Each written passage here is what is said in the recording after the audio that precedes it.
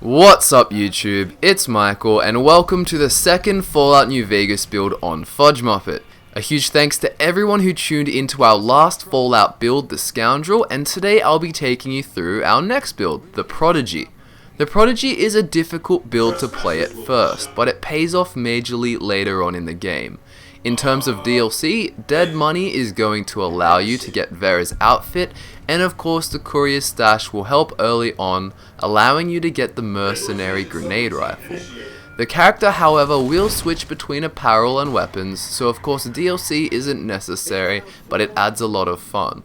Born into a tribe of about 30, the Prodigy grew up sheltered in a nomadic culture that roamed around what the old world knew as Yosemite National Park. The tribe spoke in their own tongue, and for her entire life with them, the Prodigy learned how to live off the land. The girl advanced extremely fast and was always teaching herself new things. Fresh into adulthood, the Prodigy was threatened by a regiment of NCR soldiers who were in the tribe's territory and walking a bit too close for comfort. Being tribals, the people felt under attack, and so they began to fight against the NCR, with the tribe leader instructing the young Prodigy to flee. The NCR wiped out her tribe as she left southeast, stopping at many places all the way to Primm. Along the way, she began to explore old deteriorated settlements to find food as well as live off the land, but more than anything else, she was now exposed to the outside world. She began to read. Her intellect was an anomaly among her tribe, and her smarts exceeded that of basically anyone she would ever meet. After constant reading and self-education, the Prodigy had become fluent in English within just a year, so much so that no one could ever consider it her second language. The Prodigy then began to dabble in science, and using old books would learn the theory behind computers and chemicals. The Prodigy was a sponge for information, and arriving at Primm could not be distinguished as an outsider. Looking to travel and earn money, the Prodigy applied for a courier position and received it. During her adventures, the new society she was in now influenced her, and she even developed a desire for fashionable and lavish clothing, if only she could afford it. Eventually working as a courier, the Prodigy was shot in the head, and then of course woke up in Goodsprings where the story begins. The Prodigy loves to learn about her new world and is strong-willed to achieve her goals, but she'll always stop to lend a hand. She also, however, will not help the NCR. She hates the NCR for what they did to the ones she loved. Interestingly, the Prodigy is also bisexual. She romantically sees people as people, not as genders. Looking at start game variables, we'll start with attributes. So the Prodigy is going to start off with 3 strength, 3 perception, 3 endurance, 10 charisma, 10 intelligence, 1 agility, and 10 luck. Surprisingly, after being shot in the head, her intelligence and charisma is as incredible as ever. However, physically she's become weak and impaired. Not using your body as normal for quite some time will tend to do that to you. The tag skills selected at the start are speech, medicine, and survival. The main skills are going to be speech, medicine, science, and repair. So survival is a minor skill, however we have it as a tag skill as the Prodigy was brought up with it. Your other minor skills are going to be barter, lockpick, and explosives. Essentially, the Prodigy will be a master in the knowledge of many fields and expertise. This is fortified with the traits good-natured and skilled. Good-natured will increase speech, medicine, repair, science, and barter by 5, but decrease weapon skills by 5. This is then countered by the skilled trait, which adds 5+ to everything, fills in with roleplaying a talented character, and not only balances the -5s, but also adds another 5 to the social and technical skills already buffed from good nature. As I said at the start of the game, this build is going to be hard, you won't be able to take many hits, and you'll have to be extra cautious and get companions as soon as you can.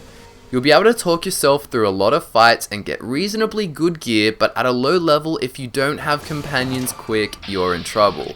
Now, having 10 points of charisma, the Prodigy is going to have powerful companion nerve. This is a function in the game that dictates that your charisma affects the prowess of your allies. The higher your charisma, the better your companions will fight and so on, and therefore getting companions is more advantageous than you might think. Struggling early on definitely pays off later, as you will see more so in part 2 of the build, which will explain every perk and skill allocation. Basically, you're going to have a lot of skills maxed at level 30, so just imagine level 50. Remember as well, even though guns aren't a main skill, you will be using whatever you can at your disposal to stay alive as your companions do their thing and you do yours. At level 30, you're going to have 5 strength, 5 perception, 5 endurance, 10 charisma, 10 intelligence, 5 agility, and 10 luck. Now handling weapons and staying alive is going to be a lot easier, and you'll be a good fighter on your own with brilliant companions to match and the brains to get your way through a million situations a million ways. From here you can choose whatever implants you want, but basically you should end up with all your attributes that were on 5, on 6, and also getting the damaged threshold implant too.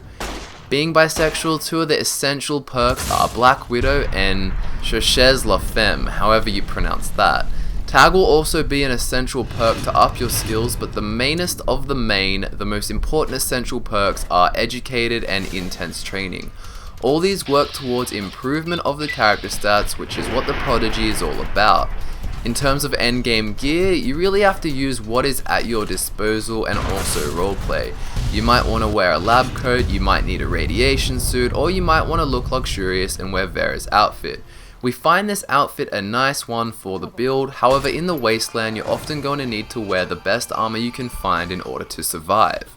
When it comes to the main storyline, the Prodigy will side with House. The Prodigy respects House due to his extreme intellect. He's actually smarter than her, which is definitely a first.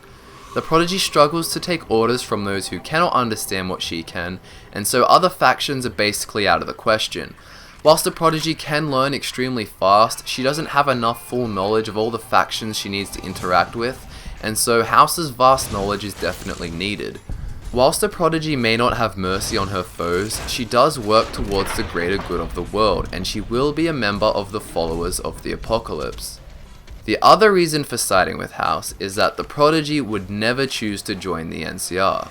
The Prodigy will unlock every companion, however EDI tends to be a staple and generally should always be used alongside one other. Veronica can also be used as she fits in with the technological advancement and scientific knowledge theme, and also being a lesbian can be flirted with just for roleplaying, shits and giggles. And that wraps up part 1 of this week's build, the Prodigy.